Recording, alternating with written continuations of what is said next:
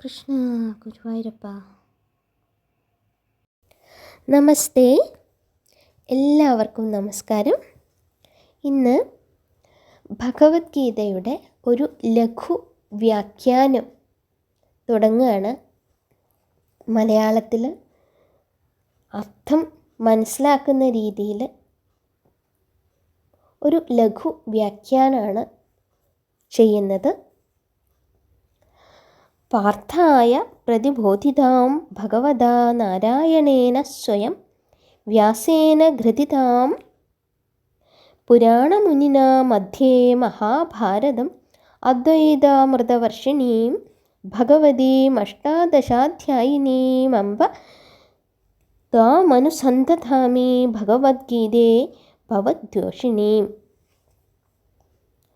മഹാഭാരത യുദ്ധാരംഭത്തിൽ ശത്രു സൈന്യങ്ങളെ കണ്ട് ഇതികർത്തവ്യതാമൂഢനായ അർജുനന് ഭഗവാൻ ശ്രീകൃഷ്ണൻ നൽകിയ സാരോപദേശമാണ് ഗീത.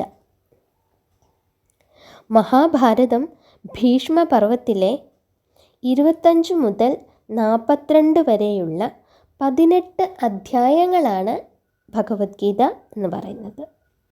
എന്താണ് മഹാഭാരതം? സാക്ഷാൽ ഭഗവാൻ ശ്രീകൃഷ്ണൻ തന്നെ ദൂതനായി പോയിട്ടും ദുര്യോധനൻ്റെ അഹങ്കാരത്തിനു മുന്നിൽ ദൗത്യം പരാജയപ്പെട്ട് ഭഗവാൻ മടങ്ങി. ഭാരതയുദ്ധം അനിവാര്യമായി തീർന്നു. വ്യാസമഹർഷി ധൃതരാഷ്ട്രരെ കണ്ട് യുദ്ധം ഒഴിവാക്കുന്നതാണ് നല്ലതെന്ന് ഉപദേശിച്ചെങ്കിലും അന്ധനായ ധൃതരാഷ്ട്രർ പുത്രവാത്സല്യത്തിൽ അന്ധത മനസ്സിനെയും ബാധിച്ചതിനാൽ വ്യാസമഹർഷിയുടെ ഉപദേശം ചെവിക്കൊണ്ടില്ല. യുദ്ധം കാണാൻ കാഴ്ച നൽകാമെന്ന് വ്യാസമഹർഷി പറഞ്ഞെങ്കിലും സഞ്ജയനിലൂടെ യുദ്ധം വിസ്തരിച്ച് വർണ്ണിച്ചു കേട്ടാൽ മതിയെന്ന് ധൃതരാഷ്ട്രർ പറഞ്ഞു.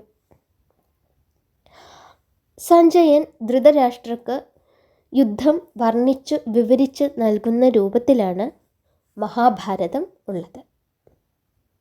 ഈ മഹാഭാരതത്തിലെ ഭീഷ്മപർവത്തിലെ 25 മുതൽ 42 വരെയുള്ള 18 അധ്യായങ്ങളാണ് ഭഗവത്ഗീത എന്ന് പറയുന്നത്.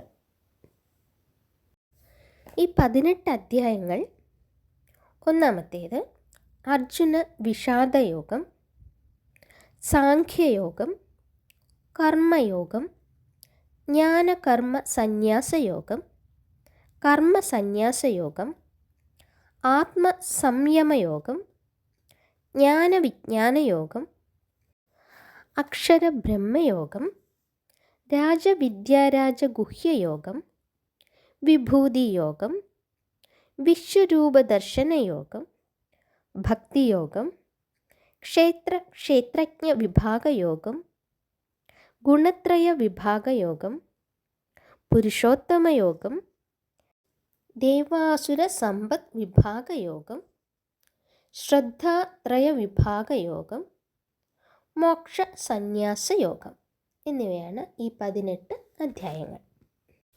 ഓരോ അധ്യായത്തിലും വീണ്ടും ശ്ലോകങ്ങളുണ്ട്. അതിലൊന്നാമത്തെ അധ്യായം അർജുന വിഷാദയോഗത്തിൽ 47 ശ്ലോകങ്ങളാണുള്ളത്. ഓരോ ശ്ലോകവും അതിൻ്റെ മലയാളത്തിൽ അർത്ഥം മനസ്സിലാക്കി നമുക്ക് കാണാം. ഒന്നാം അധ്യായം അർജുന വിഷാദയോഗം. ആദ്യം പറഞ്ഞതുപോലെ ധൃതരാഷ്ട്രരും സഞ്ജയനും കൂടി സംസാരിക്കുന്ന രീതിയിലാണ് ഇത് കൊടുത്തിട്ടുള്ളത്.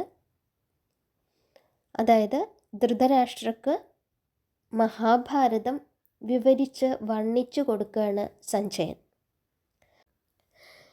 ധൃതരാഷ്ട്ര ഉവാച ധർമ്മക്ഷേത്രേ കുരുക്ഷേത്രേ സമവേതായുയുത്സവഃ മാമകാ പാണ്ഡവാ ചൈവ കിമകുർവത സഞ്ജയ. ഇതാണ് ഒന്നാമത്തെ ശ്ലോകം. ധൃതരാഷ്ട്ര ഉവാച എന്താണ്? ധൃതരാഷ്ട്രർ ചോദിക്കുന്നു. ആരോടാണ്? സഞ്ജയനോട്. ധൃതരാഷ്ട്രർ സഞ്ജയനോട് ചോദിക്കുന്നു. ധർമ്മക്ഷേത്രേ, ധർമ്മത്തിൻ്റെ വിളനിലമായ, കുരുക്ഷേത്രേ, കുരുക്ഷേത്രത്തിൽ, സമവേത വന്നു ചേർന്നവരായ, യുയുത്സവ യുദ്ധം ചെയ്യാനാഗ്രഹിച്ചുകൊണ്ട്, മാമക എൻ്റെ പുത്രന്മാരും, പാണ്ഡവാശ്ചൈവ പാണ്ഡവന്മാരും, കിമകൂർവത എന്താണ് ചെയ്തത്? സഞ്ജയ അല്ലയോ സഞ്ജയ. എന്ന് പറഞ്ഞാൽ ധൃതരാഷ്ട്രർ സഞ്ജയനോട് ചോദിക്കുകയാണ്, അല്ലയോ സഞ്ജയ, ധർമ്മത്തിൻ്റെ വിളനിലമായ കുരുക്ഷേത്രത്തിൽ വന്നു ചേർന്നവരായ, അതായത് യുദ്ധം ചെയ്യാൻ ആഗ്രഹിച്ചുകൊണ്ട് വന്നു ചേർന്നവരായ എൻ്റെ പുത്രന്മാരും പാണ്ഡവന്മാരും എന്താണ് ചെയ്തത് എന്ന് പറഞ്ഞാലും. അതാണ് ഒന്നാമത്തെ ശ്ലോകം. സഞ്ജയ ഉവാച ദൃഷ്ട്വാ തു പാണ്ഡവാനീകം വ്യൂഢം ദുര്യോധനസ്തഥാ ആചാര്യമുപസംഗമ്യ രാജാ വചനമബ്രവീത്. സഞ്ജയ ഉവാച, സഞ്ജയൻ പറഞ്ഞു, അതായത് സഞ്ജയൻ മറുപടി പറഞ്ഞു. ദൃഷ്ട്വാ തു, ദൃഷ്ട്വാ തു കണ്ടിട്ട്, പാണ്ഡവാനീകം പാണ്ഡവ സൈന്യത്തെ, വ്യൂഢം അണിനിരത്തി നിർത്തിയ, ദുര്യോധനസ്തഥാ ദുര്യോധനൻ അപ്പോൾ എന്നാണ് അതിൻ്റെ അർത്ഥം. ആചാര്യമുപസംഗമ്യ ദ്രോണാചാര്യരെ സമീപിച്ച്, അതായത് ആചാര്യ എന്നുദ്ദേശിച്ചത് ദ്രോണാചാര്യരെ, ഉപസംഗമ്യ സമീപിച്ച്,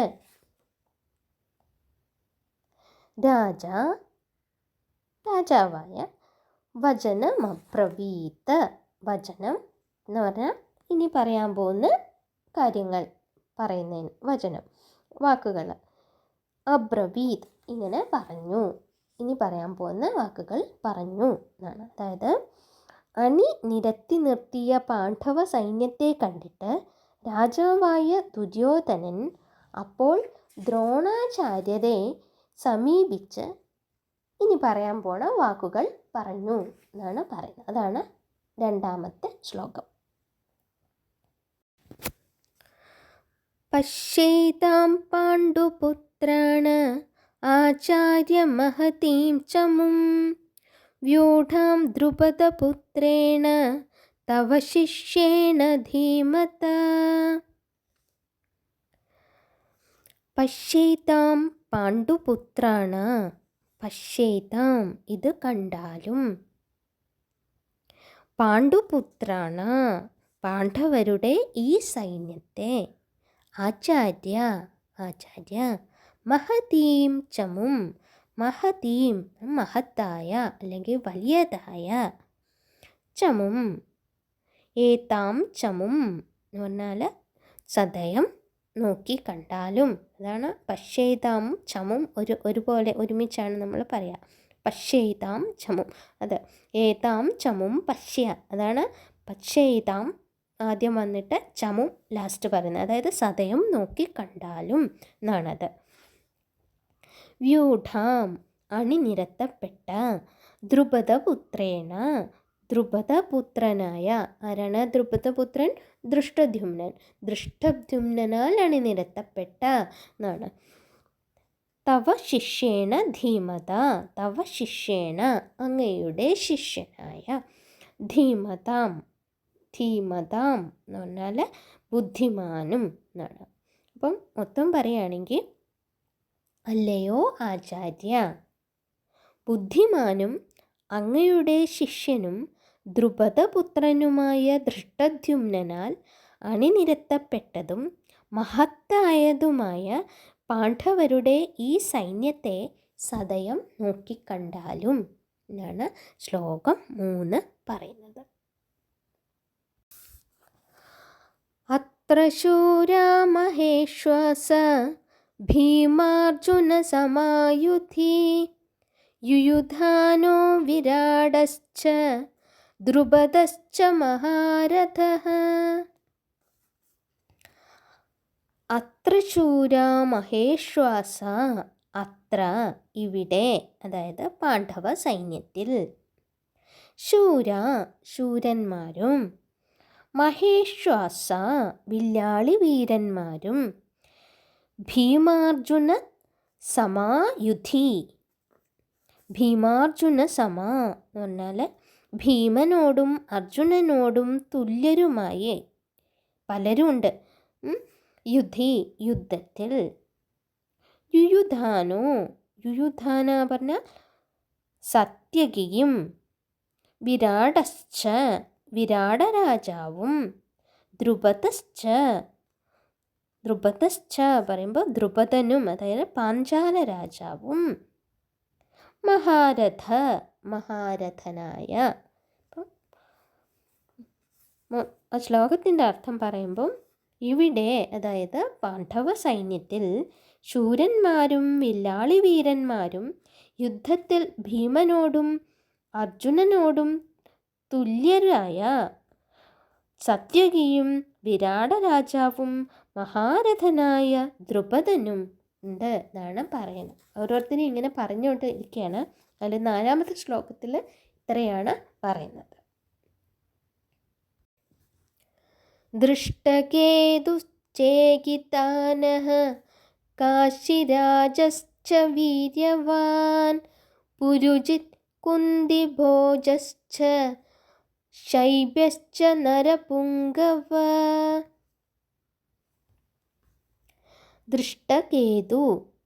ദൃഷ്ടകേതുവും, ചേകിതാനനും, കാശിരാജശ്ച കാശിരാജാവും, വീര്യവാനായ, പുരുജിത്തും, കുന്തിഭോജശ്ച കുന്തിഭോജനും, നരപുംഗവ മനുഷ്യരിൽ ശ്രേഷ്ഠനായ, ശൈബ്യശ്ച ശൈബ്യനും. ഇത്രയാണ് 5ാമത്തെ ശ്ലോകം. ദൃഷ്ടകേതുവും ചേകിതാനനും വീര്യവാനായ കാശിരാജാവും പുരുജിത്തും കുന്തിഭോജനും മനുഷ്യരിൽ ശ്രേഷ്ഠനായ ശൈബ്യനും എല്ലാവരും അതിനകത്ത് ഉണ്ട് എന്നാണ് പറയുന്നത്. ഓരോരുത്തരെ ഇങ്ങനെ പറഞ്ഞു കൊടുക്കുകയാണ്. പാണ്ഡവ സൈന്യത്തിൽ അർജുനനും ഭീമനും തുല്യരായിട്ട് പലരും ഉണ്ട് എന്ന് പറഞ്ഞിട്ട് ഓരോരുത്തരെ ഇങ്ങനെ പറഞ്ഞു കൊടുക്കുകയാണ്. അപ്പം 5ാമത്തെ ശ്ലോകത്തിൽ ഇത്രയും പേരാണ് പറയുന്നത്. യുധാമന്യുശ്ച വിക്രാന്ത ഉത്തമൗജാശ്ച വീര്യവാൻ സൗഭദ്രോ ദ്രൗപദേയാശ്ച സർവ ഏവ മഹാരഥഃ. യുധാമന്യുശ്ച വിക്രാന്ത എന്ന് പറഞ്ഞാൽ പരാക്രമശാലിയായ, യുധാമന്യുവും, ഉത്തമൗജാശ്ച വീര്യവാൻ, ഉത്തമൗജസ്സും,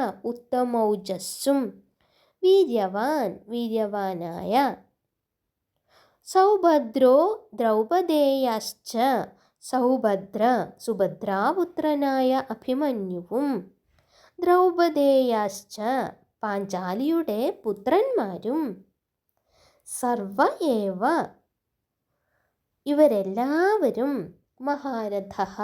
മഹാരഥന്മാരാണ്.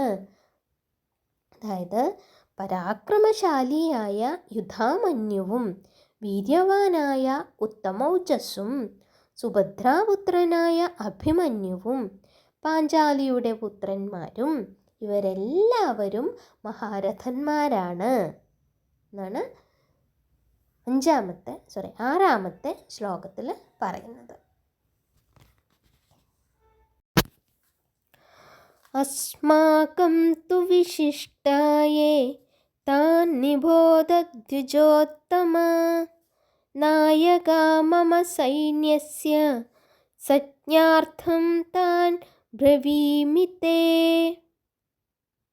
അസ്മാകം തു വിശിഷ്ടായേ. അസ്മാകം തു നമ്മുടെ സൈന്യത്തിലാകട്ടെ.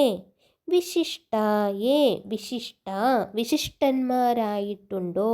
യേ യാതൊരുവൻ. താൻ നിബോധ ദ്വിജോത്തമ. താൻ അവരെയും. നിബോധ ബോധിച്ചാലും. ദ്വിജോത്തമ അല്ലയോ ബ്രാഹ്മണശ്രേഷ്ഠ. നായകാ മമ സൈന്യസ്യ നായകന്മാരായ സൈന്യസ്യ സൈന്യത്തിൻ്റെ. മമ എൻ്റെ. സപ്ഞാർത്ഥം താൻ ബ്രവീമി തേ. സപ്ഞാർത്ഥം തേ ആണ്. തേ സപ്ഞാർത്ഥം അങ്ങയുടെ അറിവിനായി. താൻ ബ്രവീമി ഞാൻ പറയാം. അപ്പം പറഞ്ഞാൽ അല്ലയോ ബ്രാഹ്മണ ശ്രേഷ്ഠ, നമ്മുടെ സൈന്യത്തിലാകട്ടെ യാതൊരുവൻ വിശിഷ്ടന്മാരായിട്ടുണ്ടോ. എൻ്റെ സൈന്യത്തിൻ്റെ നായകന്മാരായ അവരെയും ബോധിച്ചാലും അങ്ങയുടെ അറിവിനായി ഞാൻ പറയാം. ഭവാൻ ഭീഷ്മശ്ച കർണ്ണശ്ച കൃപശ്ച സമിതിഞ്ജയഃ അശ്വത്ഥാമാ വികർണശ്ച സൗമദത്തിസ്തഥൈവ ച. ഭവാൻ ഭീഷ്മശ്ച കർണ്ണശ്ച.